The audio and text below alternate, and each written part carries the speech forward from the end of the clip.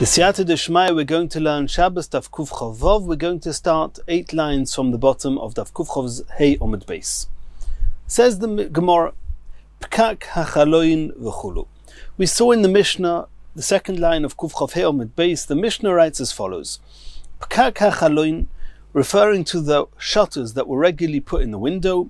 Rebbe Eliezer Omer, Bizman shu koshur v'tolui poikekin boy. If this shutter was also hanging, but not only was it hanging from the wall already, it was suspended, it was not dragging on the floor, then you're allowed to place it in the window on Shabbos.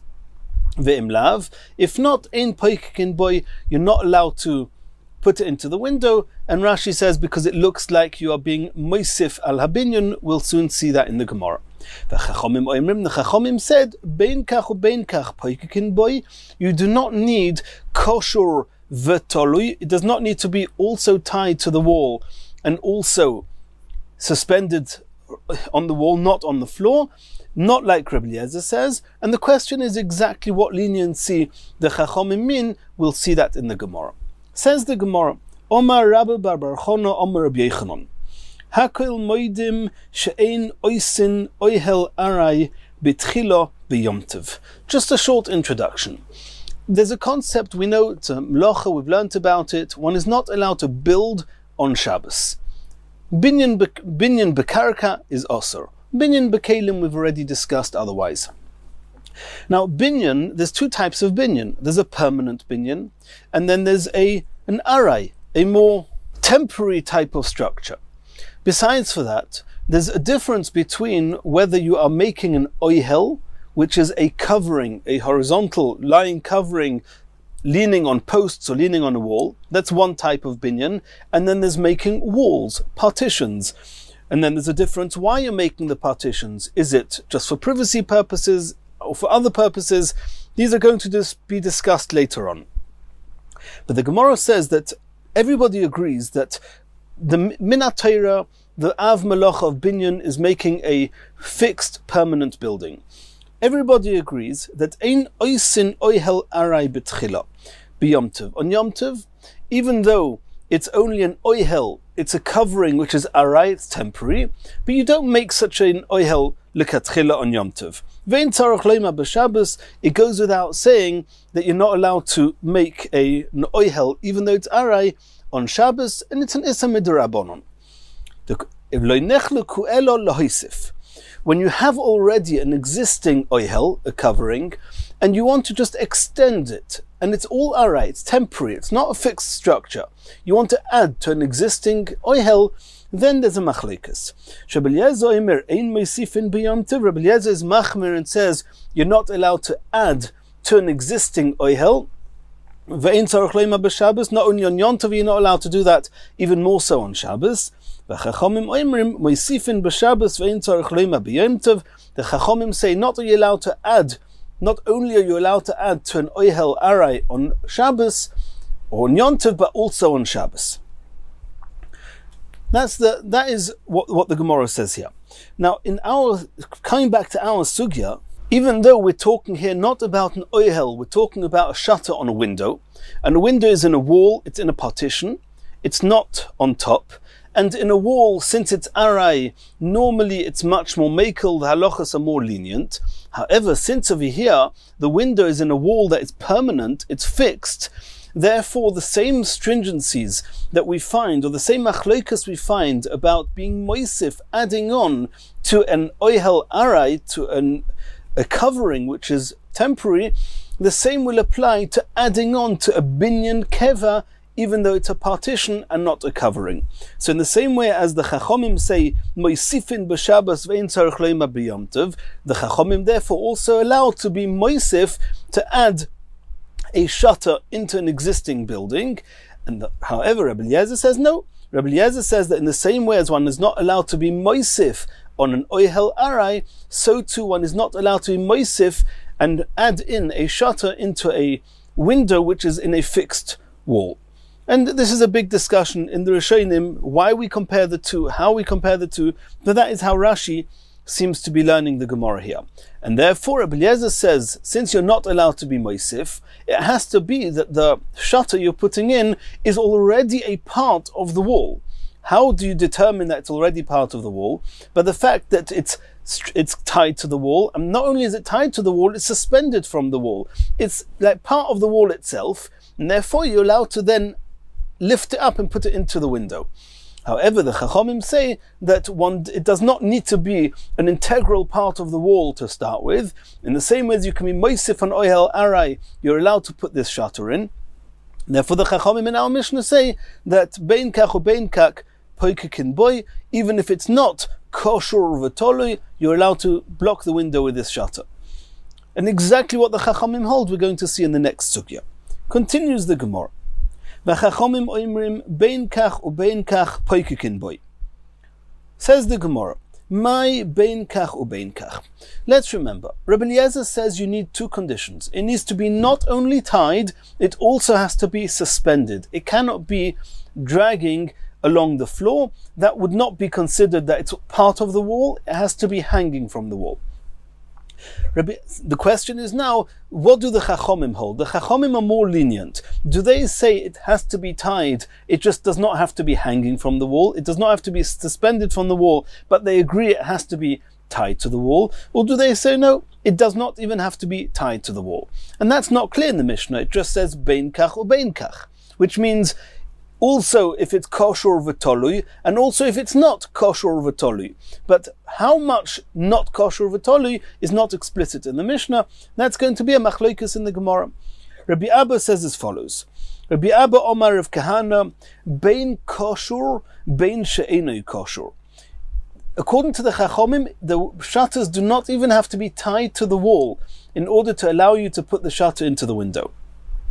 It has to be that the shutters are prepared from before Shabbos, that they're going to be used as a shutter to be put into the window. That's a condition that is necessary even according to the Chachamim. Omar le Rabbi Yirmiyah. Rabbi Yirmiyah said to Rabbi Abba, V'lei mamar, why are you, Rabbi Abba, saying that according to the Chachamim it does not even have to be tied? Maybe no. V'leima, why don't you say V'lei mamar bein tolui bein she'enei tolui v'hu shekosher, that the Chachamim say it does not have to be suspended from the wall. It doesn't have to be hanging in midair, but it does have to be tied to the wall. And that will still more lenient than Rabbi Eliezer. What makes you think that you can go all the way and say that the Chachamim allow you to put a shutter in the window even if it's not even tied to the wall? And now Rabbi Yirmiyah is going to bring proof that the machlokes in our Mishnah is whether it's suspended or not whether it has to be tied or not. The Omar Rabbi Bar Bar Chana Omar B'Yechanon K'machlokes kan kach machlokes b'nagor hanigrar. It was said in the name of Rabbi Yechanon, the machlokes in our Mishnah between Rabbi Eliezer and the Chachamim is similar to the machlokes between Tanakama and Rabbi Yehuda in another Mishnah, a Mishnah in Eruvin. Ditnan, because we learned in a Mishnah, nagor, a bolt of a door. Hanigrar, which is hanging, it's tied to the door or tied to a wall, and it's nigrar. It's dragging along the floor. It's not suspended on the hook.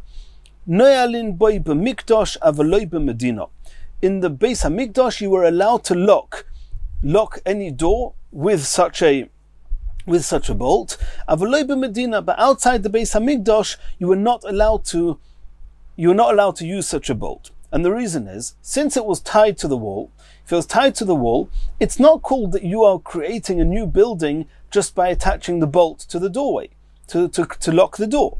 And therefore, since it's only osur midrabanon, in the Beis Hamikdash, ein shvus b'mikdash. V'hamunach.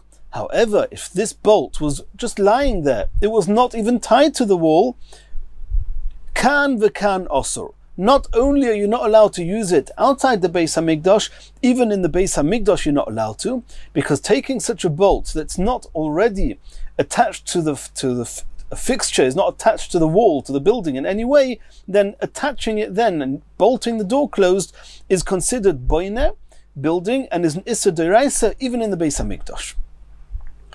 That was the Tanakama. So you see clearly in the Tanakama that it's also to use it, it's also to use a bolt that was tied but just dragging. It was on the floor, it was tied to the floor but not suspended, tied to the door but not suspended, and you're not allowed to use such a bolt outside the Beis HaMikdash. Rabbi Yehuda argues and says, Hamunach, if it was just lying on the floor, then b'mikdash, you're allowed to use it in the mikdash. Since he'd already decided on before Shabbos that he was going to use this as a bolt, then it's not considered binyan. It's not considered as if you are making a building on Shabbos. You're just bolting a door closed. In the Beis HaMikdash, it was okay. V'hanigrar, but if it's hanging, but it's dragging on the floor, it's not suspended, if it's tied and not suspended, b'medina, you're allowed to use it outside the Beis HaMikdash.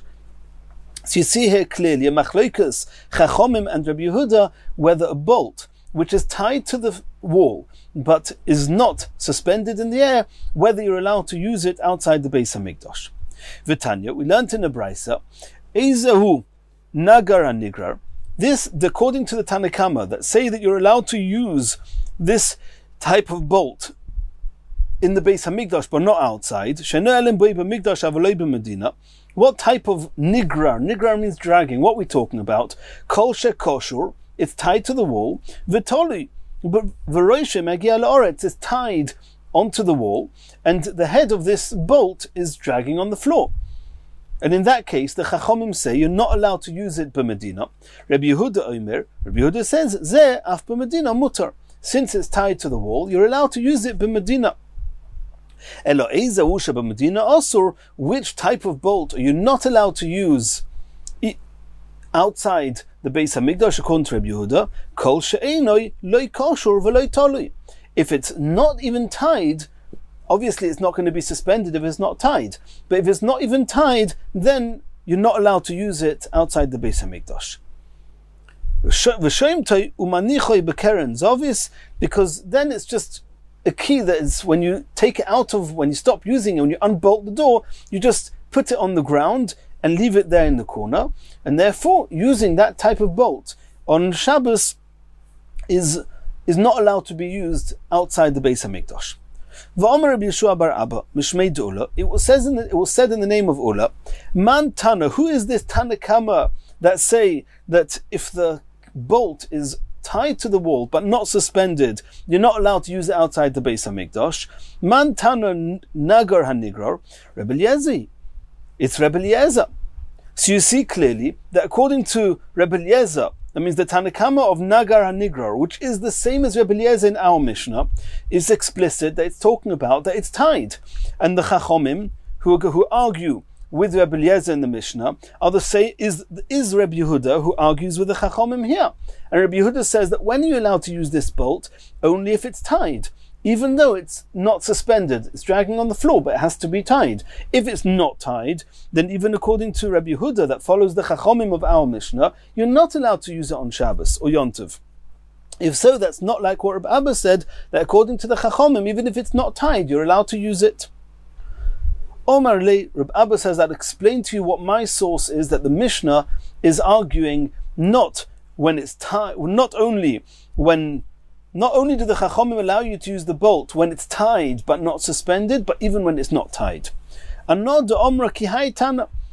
Tanya, I've got another Tana that holds like me. The Tanya we learned in the Braisa, Kono shehitkinu balabayis liois poiseach v'noil boy, a type of rod that they used in order to open and close, to lock doors. Bizman shekoshur v'tolui b'pesach, when it's tied and suspended from the doorway, then you're allowed to use it. Poiseach v'noil boy, you're allowed to open with it and you're allowed to close with it. In koshur v'tolui, if this rod is not tied and suspended, in poiseach v'noil boy, you're not allowed to lock or open a door with it.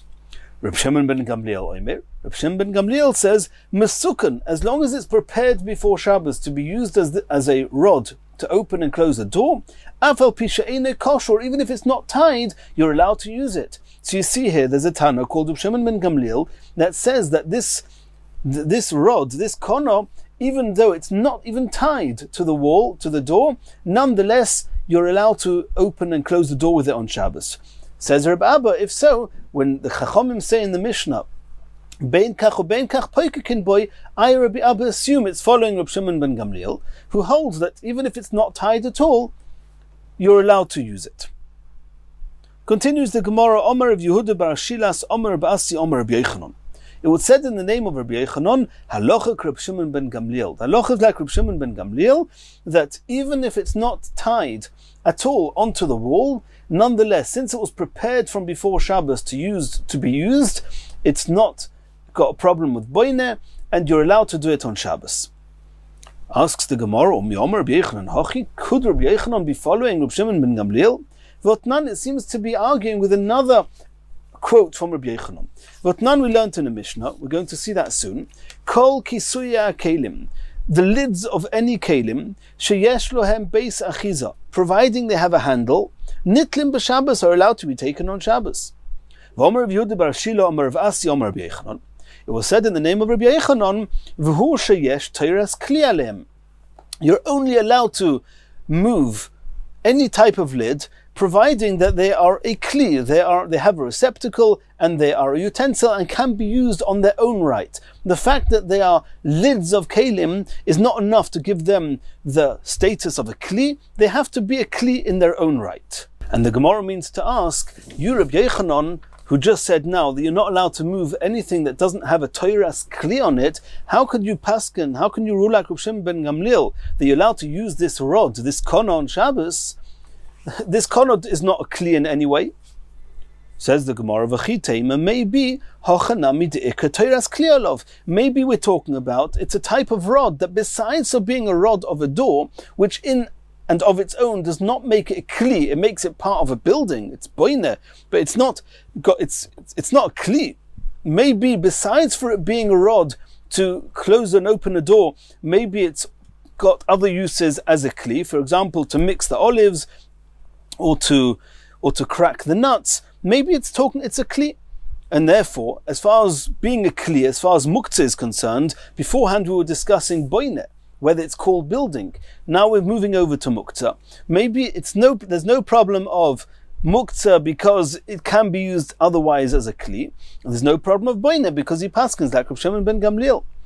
Says the Gemara, Reb Shimon ben Gamliel Teiras Kli alav? Does Reb Shimon ben Gamliel need Teiras Kli? You're saying Rabbi Yechanon follows Reb Shimon ben Gamliel.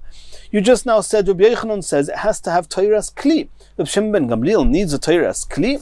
But Tanya we learned in a brisa, Charoyos shel dekel, branches of a palm tree. Shegodron l'shem eitzim, you cut them down in order to be used as firewood. V'nimlech aleim liyeshiva, and before Shabbos you changed your mind and you decided you wanted to use these leaves, these branches, for a bench to sit on. Tzorich liksher, the Tanna Kama say you actually have to tie them together, and that's doing a maisa, and once you've done that maisa, you've turned it into a bench. Reb Shimon ben Gamliel argues and says, "Ein tzarich lekesher." You don't need to tie them as long as you have intentions to use it to sit on. It's enough, even though these branches, especially before you tie them, clearly do not have a Teiras Kli on it. So you, Rabbi Yechanon, are not following Reb Shimon ben Gamliel. How can you say that halacha is like Reb Shimon ben Gamliel? Says the Gemara, Rabbi Yechanon svirulei kavosei bechoda. Rabbi Yechanon only rules like Reb Shimon ben Gamliel regarding hilchas boine.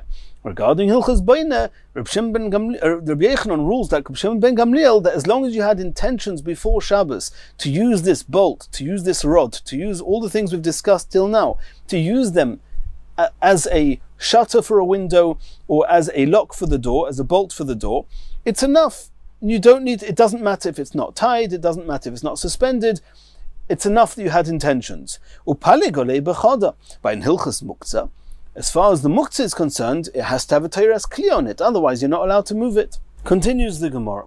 Dorash Rabbi Yitzchak Nafcha, a pischa de Resh Galusa. Rabbi Yitzchak Nafcha was giving a drasha by the doorway of the Resh Galusa, and he said, Halacha ka Rebbe Eliezer, the halacha is like Rebbe Eliezer. Rebbe Eliezer says you're only allowed to use the shutters to block up the windows if they are not only hanging but also suspended from the wall on Shabbos. Mosiv Reb Amram. Reb Amram is arguing with Rabbi Yitzchak Nafcha, and he's asking from the following Mishnah. Umidivreim, we're going to learn about this on Daf Kuf Nun Zayin in more detail. Umidivreim lomadnu, based on a certain situation that happened, we'll see later. We learned shepoikekin umoidedin v'koishrin b'Shabbos, that you're allowed to block up a window even with something that is not tied on Shabbos. So that seems to be clearly not like Rebbe Eliezer. So from that Mishnah we see, says Reb Amram, that the halacha is not like Rebbe Eliezer. How can you, Rabbi Yitzchak Nafcha, say the halacha is like Rebbe Eliezer? Omele Abaya.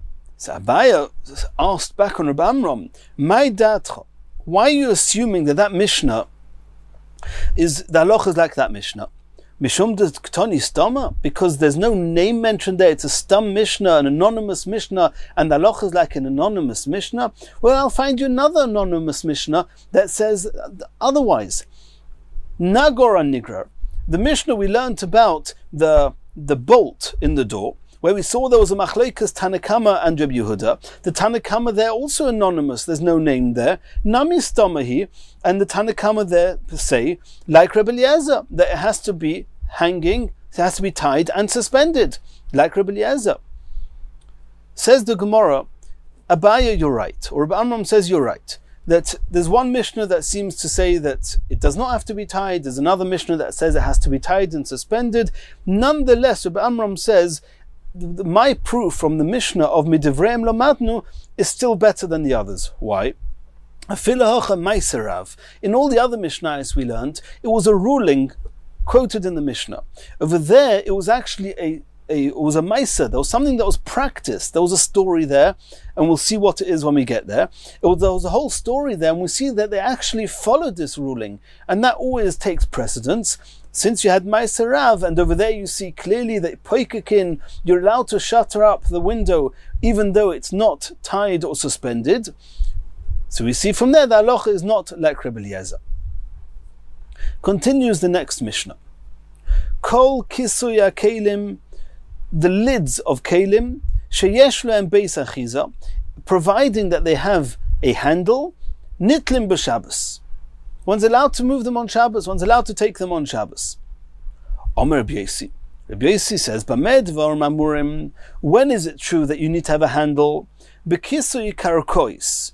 That's only talking about covers of karka. Karka is when something is in the ground. And Rashi says we're talking about if you have a pit or a cistern which is in the ground and you have a lid on it, if it doesn't have a knob, then covering it over would look very much like building. And not only does it look like building, it may be considered building. Only if there's a knob on it, if there's a handle on it, and then that handle makes it very clear to us that we're putting it there temporarily just to cover it over, and we're going to keep opening and closing the pit, and therefore it's not considered boiner, and that only applies in karkois if it's in the ground. Aval kisuya kelim, but regular kelim, bein kach or bein kach nitlin b'Shabbos, even if it does not have a handle, you're allowed to take them on Shabbos. Says the Gemara, Omer of Yehuda bar Shila, Omer of Asi, Omer of Yechanan. Rabbi Yechanan says, V'hu sheyesh toiras keli alein. These lids, it has to be that they are considered kelim if you want to move them on Shabbos. And to be considered kelim, it's not enough that it's a lid of a kli. It's got to be that in and of itself, it can be used as a kli, it has a receptacle, and it's commonly got other uses. And only then it's called a kli, and you're allowed to move them on Shabbos. And now that Rabbi Yechanan said that in order to move these kelim, they have to have a Toiras kli on it, they have to be used otherwise as a kli, then what should the knob help? If Rabbi Yechanan wouldn't have said what he said, I would think that having a handle on top of it, that will determine that it's a kli. Rabbi Yechanan says that's not enough. It needs to be used as a kli otherwise. If so, why do we need to have the handles on it? So that he's going to explain. The Kule Alma, everybody agrees, Kisui Karakois, if you're covering over the pits, the cisterns which are in the ground, on the ground, im yeshlem beis achiza in iloi iloi. You're only allowed to use those covers and move those covers if they have handles. Like we said before, if they don't have a handles, it's called boinet, it's called building. Kisui hakelim, lids of regular kelim, everybody agrees, afal gav de einlam beis achiza, even if they don't have a handle. We said a moment ago that lids of kelim, to be able to be moved on Shabbos, they have to have otherwise uses on Shabbos. Once it's got other uses, then it's considered a kli. You don't need a handle, the handle is not adding anything. Ki pligi, what's the machlokas in the Mishnah, whether you need to have a handle or not? Ki pligi, Bekelim de chobrinu ba'ara. We're talking about those types of kelim that were, on the one hand, they're kelim, they're not pits. On the other hand, they are attached to the ground. And since they're attached to the ground, we now need to know, is this got the same halachas as karka? And there's a problem with boiner, and therefore if you don't have a handle, it will be osa. Or do we say no? Since it's a kli, and therefore the handle, we don't need the handle. Says the Gemara, Marasova gozrinon. One man Da'oma says that Kalim de Chobrinu le Karka. The truth is that it's not really Karka. Nobody's going to think that you're building. And the fact that it's a lid and it has its own uses, that's enough. The question is, since it's in the Karka, we have to make a gzeira that you might get confused with the lids of the pits. And therefore, the Tanakama say that you need to have the lids. They need to have handles. Rabbi Yossi in the Mishnah says no. Only on the pits themselves, the lids of the karakois, they need to have handles. But those kelim that are, even though they're attached to the ground, you do not need to have lids. They do not need to have handles. Marasov ar gozinon or marasov aloi gozinon. Lishnachrin, a different version, and it's very, very similar. Ki pligi bekisui tanur. It's an example of a kli that's attached to the ground. In the first version, it just says, Kalim de chobrinu ba'ara, Kalim that are attached to the ground. In the second version, we're giving an example, Tanur, an oven, which is attached to the ground. So on the one hand, the oven in and of itself is a structure on its own, but it's attached to the ground. Mar medamile lekisui karka. According to the Tanakama, it's compared to karka, and therefore it needs to have a handle to make it clear that it's not boiner. Or mar medamile lekisui kelim, and Rabbi Yossi in the Mishnah compares it to regular lids of kelim that do not need to have handles. Hadron aloch kol hakelim b'siyata d'shmaya. We finished Perek kol hakelim, and Mirz Hashem will do chazor on Perek kol hakelim, and we're going to start Perek mefanin. Says the Mishnah, mefanin afilu arba v'chomesh kupois shel teven v'shel tvua mipnei ha'orchin u'mipnei bittel beis hamedrash avaloi es ha'itzar. What's going on here? We're talking here about the object of this Mishnah is about doing tircha yisera, excessive exertion. And we know that on Shabbos and Yom Tov, you're not allowed to exert yourself excessively. We've learnt about this a little bit. Over here, you've got a storehouse that's got, or we'll soon see if it's a storehouse or not, but you have a storehouse which has lots of straw in it or grain, and you realize that you have guests. The guests want to sit there. You want to clear away the straw and the tvua from the storehouse. Are you allowed to do that? Are you not? And how much? Says the Mishnah, mefanim, you're allowed to clear away afilu arba v'chomesh, even 4 or 5 kupois, boxes, shel teven of straw, v'shel tvua of grain, because of guests who are coming who want to use the space, or mepnei bittel beis hamedrash, or the talmidim who want to come and sit there, and if you do not clear it away, the talmidim won't have where to sit, and there will be bittul beis hamedrash. Avaloi es ha'itzer, but you're not allowed to clear away the oitzer. We'll have to see what that means. And at this point, let's assume this is not a discussion of muktzah. We're talking about that he's, even before Shabbos, started using the straw and the grain for his own usage, for eating, or for his animals' use. So it's once you start doing that, it's not muktzah anymore. The only question is, are you allowed to exert the effort? So the Mishnah says you're allowed to exert the effort and clear away 4 or 5 boxes. We'll see in the Gemara.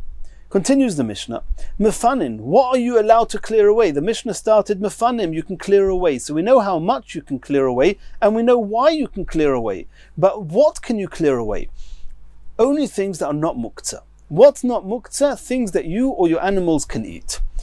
Mefanin, truma tahira, truma which is tahir, you're allowed to eat, you're allowed to give it to your animals. If you're a kohen, your animals can eat it. Says Rashi, it's a big discussion in the Mefarshim. Or demai, there are cases where one's allowed to eat demai. Demai means tvua, means produce that was bought from an Am Haaretz, and we don't know whether he was stringent enough with taking all the trumas and maisras or not. There's a whole mesechtas demai, and demai is sometimes allowed to be eaten, it's not muktzah. Or ma'aser rishon shenitlo trumosoi. Ma'aser rishon, we know that when the Levi gets ma'aser rishon, he has to take off trumas ma'aser, give it to the kohen. Before that, you're not allowed to eat it. So if you have ma'aser rishon that the trumas ma'aser has already been taken off, then the ma'aser rishon is allowed to be eaten, so it's not muktzah. Or ma'aser sheni v'hektish sheniftu. Either ma'aser sheni, that you're only allowed to eat it regularly outside Yerushalayim if you redeemed it, or hektish is only allowed to be eaten after it's been redeemed. V'haturmus hayovesh, or turmus, which is dry, b'pneishu meichel le'izim, which is food for the goats, it's not muktzah. Aval, says the Mishnah, lo yes hatevel, produce that's not been taken to a Maiser, so you're not allowed to eat it, it's muktzah. If a Levi had Maiser Rishon and did not yet take Trumas Maiser to the Kohen, he's not allowed to eat it. If the Maiser Sheni or the Hektish have not been redeemed, you're not allowed to eat it. The vegetable or the whatever it is, the fruit or the vegetable called luf, you're not allowed, you cannot eat. You're allowed to, but it's not edible. Nor the mustard, before it's been ground, it's also not edible. Reb Shimon ben Gamliel matir beluf. Reb Shimon ben Gamliel says that this luf, it is edible, but who for? B'pneishu meichel oirvin, ravens can eat it, and the rich people were used to having ravens, and therefore for them, and maybe for others, it's not muktzah. Continues the Mishnah, chavile kash, bundles of stubble, v'chavile eitzim, bundles of twigs, v'chavile zrodim, or bundles of tender reeds, im hitkinon, if you set them aside from before Shabbos, l'meichel bahema, that you're going to use it for animal fodder, metaltelin oison, then they're not muktzah, and you can move them. Ve'im lav in metaltelin oison, if you do not set them aside, then they are not typically, or one cannot assume and take for granted, it's animal food, and therefore it's muktzah. Says the Gemara, hashta chomesh mefanin arba miboya. The Mishnah says you're allowed to clear away 4 boxes and 5 boxes. If you're allowed to clear away 5 boxes, why do you have to tell us you can clear away 4 boxes? Omer of Chisda says, Arba mi chomesh. There are 5 box loads of tvua, of teven or tvua that need to be moved away, or that can be moved away. You're only allowed to move away most of it. You're not allowed to move away all of it. Why? Because when you move away the last box, then you're going to reach the ground, the floor of the storehouse. When you reach the floor, you're going to want to level out the floor. You're going to see some bumps and some holes. You're going to smooth them out. And that's also because of ashvegumos. You're not allowed to flatten out the floor of the earth. And therefore, you're allowed to take away 4 of the 5 boxes. Ikud Amra, another explanation. Arba me'oitzer cotton v'chomesh me'oitzer gadol. You're not allowed to ever empty out the entire storehouse, as we just saw. If it's a small storehouse, you can take out 4 boxes, and if it's a big storehouse, you can take out 5 boxes. Asks the Gemara, "My avaloy es ha'oitzer." The words that says you're allowed to take out 4 or 5 boxes, avaloy es ha'oitzer, but you're not allowed to take out the storehouse. What does that mean? So if you would have said that you're allowed to take out as much as you want, then it could be avaloy es ha'oitzer would mean, but make sure you don't take out right at the end. But over here we already know you can't take it all out from the fact that it says arba v'chomesh and not more. So I know you can't go right to the end. Why do we have to add on again avaloy es ha'oitzer? Says the Gemara, shelo yaschil ba'oitzer tchila. If you've started taking from the teven or the tvua before Shabbos for your own food or for your animals' foods, then it's not muktzah on Shabbos. But if you have not yet started taking from this storehouse from before Shabbos, then it's muktzah and you cannot take anything out on Shabbos. Umani, and according to that, the Mishnah is going to be following the opinion of Rabbi Yehuda here. It's Rabbi Yehuda de Isle Muktzah. Rabbi Yehuda says there's a concept called muktzah, and therefore if you don't start eating before, it's muktzah. Or Shmuel Omar. Shmuel, who's arguing with Rav Chisda, he's got a different explanation to the Arba v'Chamisha. He says, Omar, Arba v'chomesh k'domrin shi. It's just that's the way of talking. 4 or 5, you start with a lower number, you say a higher number, and even 5 is not the end. You can take out as many as you want, 4 or 5 or 6 or 7 or 10 or however many you want. You want to take out even a lot, nami mefanin, you can clear away. Umay avaloyes oitzer, and the words avaloyes oitzer, you know what they mean? Shelo yigmer kuloi, make sure that however many you take out, don't go empty out the whole oitzer. Why? Dilma osi le'ash v'gumois. Because maybe you're going to smoothen out the floor of the storehouse, and that's also for ash v'gumois. It's boine. Aval, now that according to Shmuel, we don't learn from the words lo yes ha'oitzer that you're not allowed to start taking the teven v'tvuah, which means if you didn't start taking it for yourself or your animals, then how do we know that you're allowed to take them out? Maybe you're not allowed to take them out. No. He says, even if you did not take anything before Shabbos, not for yourself and not for your animals, nonetheless you can move it away and clear away these Tvuah and Teven on Shabbos. What's with Muktzah? Umani, who is it? Reb Shimon. It's the opinion of Reb Shimon. To Leslie Muktzah, Reb Shimon doesn't hold that there's Muktzah in most cases. There are exceptions by Muktzah Machmas Chisaron Kiss, but in regular Muktzah, there's no Yisov Muktzah, and therefore, even if you have not started, if you haven't set it aside to be food for yourself or for your animals, nonetheless it's not Muktzah. The question is just how much you're allowed to exert yourself. Shmuel says as much as you want, but make sure that you don't come too close to the base of the storehouse. You should not chas v'shalom do ash v'gumais to flatten and level out the floor. And in Mirat Hashem, in the next year, we're going to continue from here.